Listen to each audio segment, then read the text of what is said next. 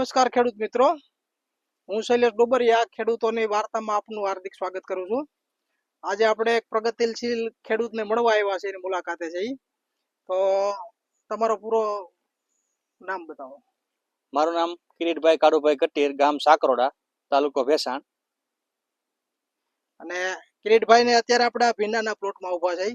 આ ભીંડા વિશેની આપણે માહિતી, તો કિરીટભાઈ આનું પહેલેથી કઈ રીતે તમે આખું આનું બેડ થી માંડીને જરાક માહિતી આપો મારા દર્શક મિત્રોને. મલ્ચિંગ કરીને આપણે ભીંડો વાવ્યો છે અને એક બેડમાં આપણે 3 લાઈનો કરી છે શિયાળાના કારણે. શિયાળામાં બહુ વિકાસ વૃદ્ધિ ન થાય ભીંડાની. એના માટે જેમ સીડ જેટલું વધારે હોય એટલે પ્રોડક્શન વધુ મળે. અને 3 ફૂટનું મલ્ચિંગ વાપર્યું છે અને 32-64 ની જારી આપણે વાવેતર છે. બરાબર છે. અને આ બેડમાં તમે શું શું પાયામાં શું ધ્યાન રાખ્યું છે? બેડમાં પાયામાં ડીએપી, પોટાશ, આ 2 વસ્તુ નાખેલી. બરાબર છે. અને આ હાલ અત્યારે આ કેટલા દિવસનો ભીંડો થયો છે?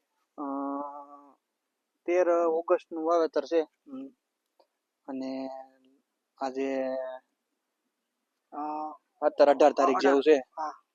એટલે ગણો તો 18 સપ્ટેમ્બર છે ને, તો 32-33 દિવસનો જેવો થયો. અને આ ભીંડાની ખેતીમાં આમ કેવું પ્રોડક્શન રહેતું છે? એવરેજ આમ આપણે આમ કેવું મળી રહે? 1 વીઘે કાયમનો 200 કિલો ઉતરે. 200 કિલો કાયમનો. બરાબર છે. રોજ પર ડે 200 કિલો નીકળે? Per day 200 kilo.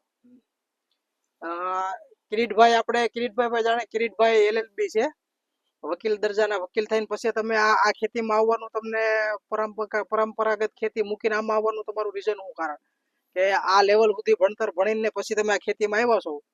તો એના માટે તમને શું એવું લાગ્યું કે આની અંદર એનાથી વધારે બેસ્ટ છે? ખેતીથી મોટો કોઈ બિઝનેસ જ નથી. અચ્છા. અને કોઈ પણ ગમે ત્યાં જાય છેલ્લે અહીંયા જવાનું છે. ના, એ 100% ની વાત છે. એટલે આ જે આ જે કપાસ, માંડવી, મગફળી ને એવું બધું કરતા હોય, તો એનાથી અલગ તમે આ સિલો પસંદ કરવાનું કારણ શું? ટૂંકમાં ગણો તો ખેતી અમારા લોહીમાં છે. એટલે ખેતી ટૂંકમાં આપણે બાપ દાદા વખતના જોતા આવી છીએ. પછી બધા ખેતી કરતા હતા, તે મેં અલગ કઈક વિષય એમ. બરાબર છે. કે કિરીટભાઈ અત્યારે ભીંડો છે, બાજુમાં કારેલા છે, ગલકા છે, આ બાજુ બતાવો ટમેટા છે, આ બધી જુદા જુદા પ્રકારની 20 વીઘાની અંદર કિરીટભાઈ ને આપણે જે બધું શાકભાજીનું વાવેતર હાલે છે. અને આમ વાર્ષિક ટર્નઓવર કેવું રહે છે? આમાં કેવું બધા કરતા આમાં શું બેનિફિટ મળે?